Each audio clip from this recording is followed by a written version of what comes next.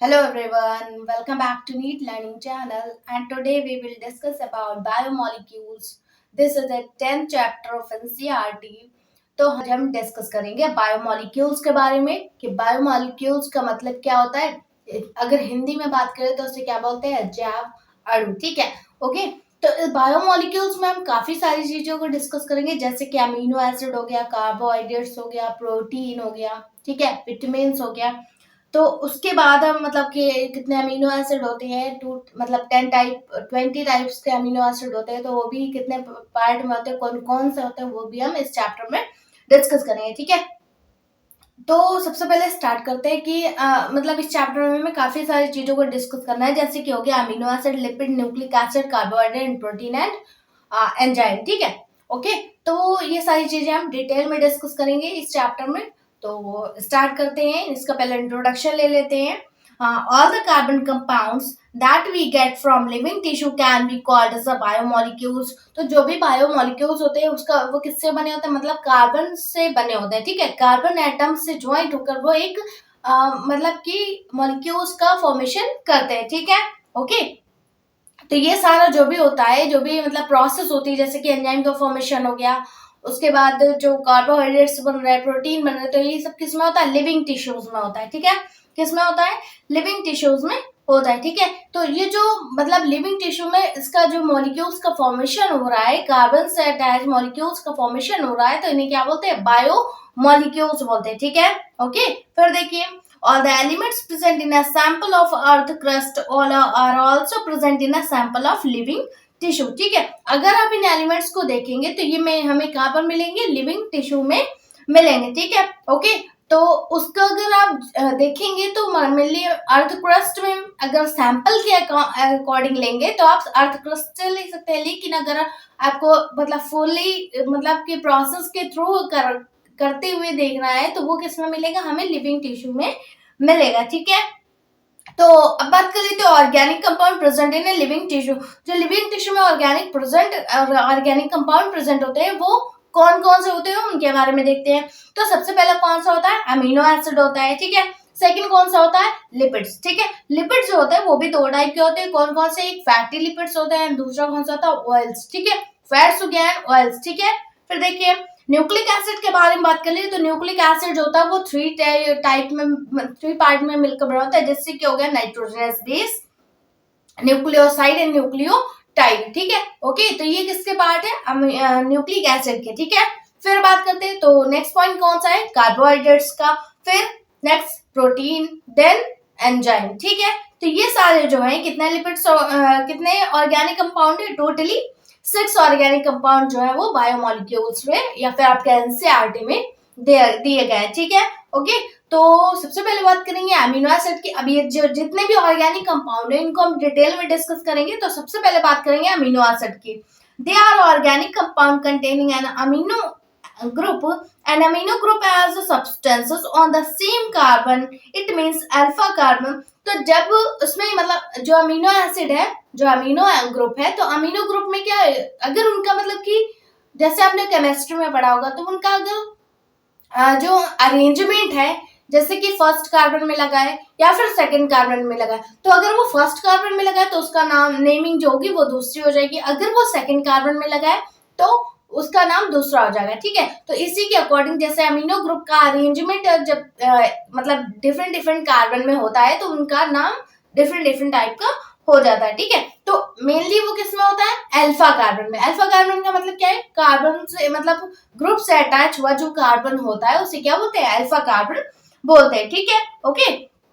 तो एग्जाम्पल की बात कर लेते हैं, तो जैसे कि ग्लाइसिन एंड एलेनिन। ठीक है, ग्लाइसिन का फॉर्मूला देखिए, तो ग्लाइसिन में जो मतलब ग्रुप से अटैच हुआ क्या है, फर्स्ट कार्बन है, तो उसे क्या बोलते हैं, अल्फा अमीनो या फिर अल्फा अमीनो अल्फा कार्बन बोलते हैं। ठीक है, तो जो अमीनो से अटैच है उसे क्या बोलेंगे, अल्फा अमीनो एसिड बोलेंगे। ठीक है, ओके। तो उसमें कौन कौन सा होगा, एक कार्बोक्सिलिक ग्रुप होगा, ठीक है, दूसरा अमीनो ग्रुप होगा। ठीक है, ओके। तो ये सारे क्या है, इस जब तो इसे क्या बोलते हैं, ग्लाइसिन। ठीक है, एलेनिन की बात कर लेते हैं, तो एलेनिन में वो क्या होगा, फर्स्ट कार्बन से लगा होगा तो उसे क्या बोलेंगे, फर्स्ट कार्बन से क्या क्या अटैच है, कार्बोक्सिलिक ग्रुप अटैच है एंड अमीनो ग्रुप अटैच है, ठीक है। तो इससे क्या बोलेंगे, एलेनिन, ठीक है। इसमें क्या था कि कार्बन में एक साइड हाइड्रोजन था, दूसरी साइड हाइड्रोजन था, दैट मींस इससे क्या बोलेंगे CH2, ठीक है। और एक साइड क्या है, कार्बोक्सिलिक ग्रुप एंड दूसरी साइड क्या है, अमीनो ग्रुप। और क्या है, कार्बन में क्या है, एक CH है, उसके बाद दूसरी साइड क्या है आपका मेथिल ग्रुप लगा हुआ है, ठीक है। और एक साइड अमीनो ग्रुप और दूसरे साइड क्या है आपका कार्बोक्सिलिक ग्रुप लगा हुआ है, ठीक है। तो इस टाइप के स्ट्रक्चर को क्या बोलते हैं, एलेनिन, ठीक है। ओके, दोनों में डिफरेंस क्लियर हो रहा है, ठीक है। कि इसमें क्या है कि वन कार्बन है, अल्फा कार्बन है, ठीक है। और इसमें क्या है, डबल कार्बन है, ठीक है। दैट मीन्स बीटा कार्बन भी प्रेजेंट है, ठीक है। लेकिन अगर हमने बात करी कि जो अमीनो ग्रुप है वो किससे अटैच होगा, वो अल्फा ग्रुप से आपका अटैच होगा, ठीक है। फिर देखिए, total 20 amino acid are present out of 20 amino acid. तो अगर अमीनो एसिड की बात करें तो वो टोटल कितने होते हैं, 20 होते हैं, ठीक है। ओके, तो इनको भी दो पार्ट में डिवाइड किया गया है, 10 इसेंशियल होते हैं और 10 नॉन इसेंशियल होते हैं, ठीक है। ओके, तो 10 इसेंशियल के बारे में देख लेते हैं। They are required by tissue cells for their growth and development. जो ये अमीनो एसिड होते हैं जो कि इसेंशियल मतलब कि ये जो है वो लिविंग टिश्यू के लिए क्या है, रिक्वायरमेंट है, ठीक है। उनका क्या है, रिक्वायरमेंट ज्यादा है, ठीक है। तो ये जो है सेल्स और टिश्यू के लिए बहुत ही ज्यादा रिक्वायर्ड है, इसलिए इन्हें क्या बोला गया, 10 इसेंशियल अमीनो एसिड बोला गया, ठीक है, जो कि ग्रोथ एंड डेवलपमेंट में हेल्पफुल होते हैं, ठीक है। अब देख लेते हैं वो जो 10 आपके अमीनो एसिड है उनको देख लेते हैं वो कौन कौन से होते हैं। तो पहला क्या है, ट्रायोसिन एंड दूसरा arginine, then lysine, then leucine and histamine, methionine, tryptophan and विसेवेलिन एंड जो और बचे हुए हैं MNT के। तो उसको आपको, ये आपका होमवर्क है जिसमें आपको डिस्कवर करना है कि जो दो और बचे हुए 10 इसेंशियल अमीनो एसिड में जो दो और बचे हुए हैं वो कौन से होते हैं, ठीक है। ये आपका होमवर्क है, ओके। तो ये सारे जो भी इसेंशियल है उनको हमने देख लिया, ठीक है। नॉन इसेंशियल के बारे में बात कर ले तो दे डू नॉट रिक्वायर्ड। जो ये मतलब ये जो होते हैं वो सेल्स एंड टिश्यू के लिए रिक्वायर्ड नहीं होते, ठीक है। इसलिए इसे क्या बोला गया है, 10 नॉन इसेंशियल अमीनो एसिड बोला गया है, ठीक है। तो हमारे लिए किसका क्या इंपॉर्टेंट है, रिक्वायरमेंट, जो जिन इसेंशियल अमीनो एसिड की रिक्वायरमेंट है उनके बारे में हमने पढ़ लिया, ठीक है। ओके, फिर देखते हैं amino acid are the essential component of all the living cells. जो भी अमीनो एसिड है वो क्या है, मतलब जो भी लिविंग सेल्स है उनके लिए क्या है, एसेंशियल है, ठीक है। ओके, क्या है मतलब कि रिक्वायरमेंट इनकी ज्यादा है, ठीक है।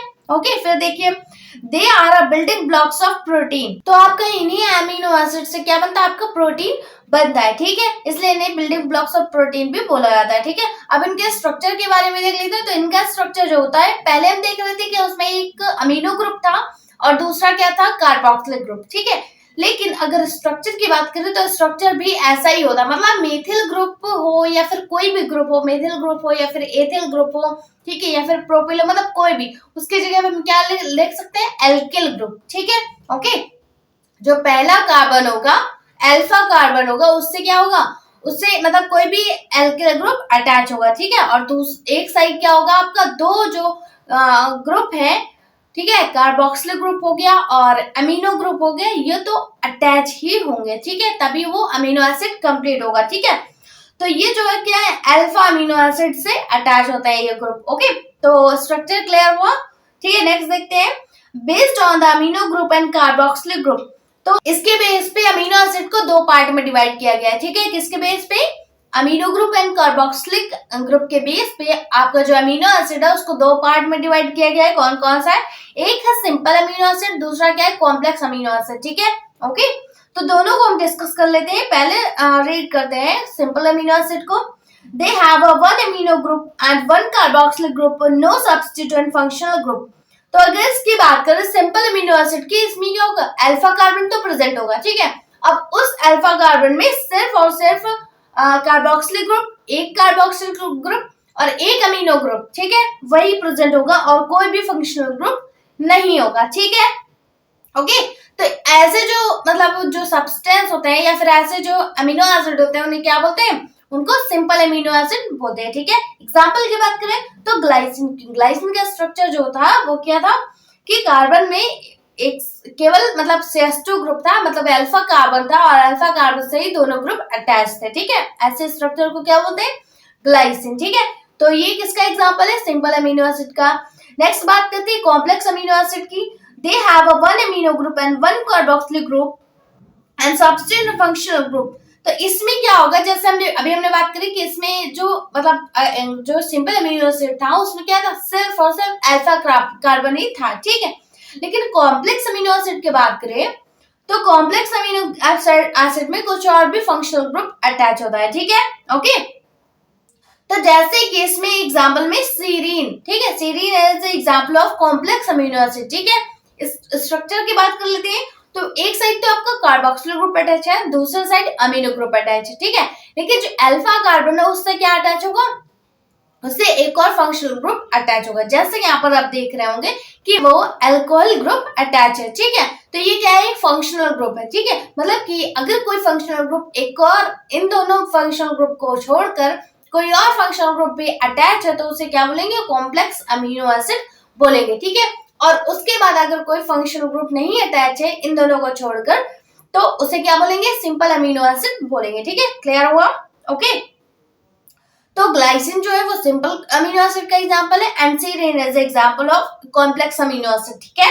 नेक्स्ट बात करेंगे amino acid can also classified. जो अमीनो एसिड है उनको और भी तरीके से क्लासिफाइड किया गया है। तो क्लासिफिकेशन के बेस पे उसे 3 पार्ट में डिवाइड किया गया है। पहला क्या है, एसिडिक, दूसरा क्या है, बेसिक और तीसरा क्या है, न्यूट्रल, ठीक है, ओके। तो अगर एसिडिक की बात करें तो एसिडिक का एग्जांपल क्या है, ग्लूटामिक एसिड, ठीक है, ओके। बेसिक की बात करें तो बेसिक में लाइसिन जो है वो क्या है, एक बेसिक अमीनो एसिड है, ठीक है। न्यूट्रल की बात करें तो न्यूट्रल जो है वो वेलिन है, ठीक है, ओके। तो एग्जांपल बहुत इंपॉर्टेंट है क्योंकि एग्जांपल से भी क्वेश्चन आते हैं, ठीक है। तो क्लियर हुआ, पहला क्या है, ग्लूटामिक जो है वो क्या है, एसिडिक अमीनो एसिड है। नेक्स्ट लाइसिन जो है वो क्या है, बेसिक है, बेसिक अमीनो एसिड। और उसके बाद वेलिन की बात करें तो वो क्या है, न्यूट्रल अमीनो एसिड, ठीक है, क्लियर हुआ। नेक्स्ट बात करेंगे एरोमेटिक अमीनो एसिड की। तो एरोमेटिक अमीनो एसिड जो होता है वो कितना टाइप का होता है, 3 टाइप का, ठीक है। कौन कौन सा, टायरोसिन, फेनिलैनिन एंड ट्रिप्टोफन, ठीक है, ओके। जो एरोमेटिक अमीनो एसिड होता है वो 3 टाइप का होता है। कौन कौन सा हो गया, tyrosine, phenylalanine and tryptophan, okay. Next हम कुछ इंपॉर्टेंट पॉइंट के बारे में डिस्कस कर लेते हैं जिसमें कि लिखा हुआ है amino acid are mostly synthesized from alpha keto glutaric acid. जो भी अमीनो एसिड है वो किससे सिंथेसाइज होता है, अल्फा कीटो ग्लूटारिक एसिड से बनता है, ठीक है। सेकंड पॉइंट देखिए, these are precursor of amino acid. तो ये क्या है, मतलब इसका फॉर्मेशन कैसे होगा, वो आपका अमीनो एसिड जो है वो किससे होगा, अल्फा कीटो ग्लूटारिक एसिड से होता है, ठीक है। तो इसलिए इसको प्रिकर्सर ऑफ अमीनो एसिड भी बोलते हैं, ठीक है। जैसे पहले आपको प्रोटीन का फॉर्मेशन होगा, ठीक है, ओके। तो अल्फा कीटो ग्लूटारिक एसिड जो है, ठीक है, उससे आपका क्या बन रहा है, अमीनो एसिड, ठीक है, क्या बन रहा है, amino acid. Then amino acid से आपका क्या बनेगा, प्रोटीन, ठीक है। तो इस तरीके से क्या है, फॉर्मेशन होता चला जाता है, ठीक है, ओके। क्लियर हुआ, फिर देखते हैं। तो अब बात कर लेते हैं लिपिड्स की। लिपिड भी हमारा क्या है, मतलब अभी हमने किसको डिस्कस किया, अमीनो ग्रुप को, ठीक है। तो पूरा हमारा जो अमीनो एसिड है उसको हमने फिनिश कर दिया, ठीक है। नेक्स्ट हमारा क्या था, लिपिड, ठीक है। लिपिड में भी कौन कौन सा था, एक था फैट और दूसरा क्या था, ऑयल, ठीक है। तो सबसे पहले लिपिड के बारे में देखते हैं। लिपिड मॉलिक्यूल्स आर इनसॉल्युबल और partially soluble in water but freely soluble in organic solvents like ether, alcohol and benzene, ठीक है। तो अगर हम बात करें लिपिड्स मॉलिक्यूल की, वो क्या है, एक वो इनसॉल्युबल है, ठीक है। लेकिन अगर वाटर की बात करेंगे तो वाटर में क्या है, सॉल्युबल है, ठीक है, ओके। कैसे है, पार्शियली सॉल्युबल है, ठीक है, ओके। कैसे, सबसे पहले बात करें तो लिपिड क्या है, एक लिपिड जो है वो मॉलिक्यूल जो है वो इनसॉल्युबल मॉलिक्यूल्स है, ठीक है। लेकिन अगर वाटर की बात करें तो वाटर में पार्शियली सॉल्युबल है, ठीक है, कंप्लीट सॉल्युबल नहीं है, पार्शियली सॉल्युबल है, ठीक है। लेकिन जब हम अब बात करते हैं कि जो ऑर्गेनिक कंपाउंड्स होते हैं तो ऑर्गेनिक कंपाउंड्स में क्या है, फ्रीली सॉल्युबल है, ठीक है। कैसे है, फ्रीली सॉल्युबल है। जैसे कि हो गया ईथर, हो गया अल्कोहल हो गया एंड बेंजीन, ठीक है। तो ये क्या है, एक ऑर्गेनिक कंपाउंड्स है जो कि मतलब लिपिड्स में, मतलब लिपिड जो है वो इनसे में सॉल्युबल है, ठीक है। फिर देखिए, insolubility of lipids in water is due to polar group they contains are much smaller than their non-polar protein, ठीक है। तो इनकी इंसॉल्युबिलिटी की बात करें लिपिड्स में, कि लिपिड जो है वो क्या है, इंसॉल्युबल है। क्यों इंसॉल्युबल है, उसका रीजन भी देख लेते हैं। तो लिपिड्स में जो इंसॉल्युबिलिटी होती है कि वो वाटर में सॉल्युबल नहीं होते हैं, ठीक है, या फिर उनका वो पार्शियली सॉल्युबल होते हैं या कंप्लीटली सॉल्युबल नहीं होते हैं। तो वो किसकी वजह से, क्योंकि इनमें पोलर पार्ट भी प्रेजेंट होता है और नॉन पोलर पार्ट भी प्रेजेंट होता है, ठीक है। ओके, अगर इनके अपर पार्ट की बात करें जो कि सर्कुलर स्ट्रक्चर होता है, जिसे हम क्या बोलते हैं, पोलर, ठीक है। लेकिन जो कि जो जिसमें मतलब फ्लैजला लाइक स्ट्रक्चर प्रेजेंट होता है, तो उसे क्या बोलते हैं, नॉन पोलर, ठीक है, जो कि टेल लाइक स्ट्रक्चर होता है, ठीक है। तो जो टेल लाइक स्ट्रक्चर होता है वो मतलब क्या है, कार्बन चेन होती है जिसे हम टेल भी बोलते हैं, ठीक है। तो वो क्या होता है, नॉन पोलर होता है, ठीक है। तो ये जो भी नॉन पोलर होता है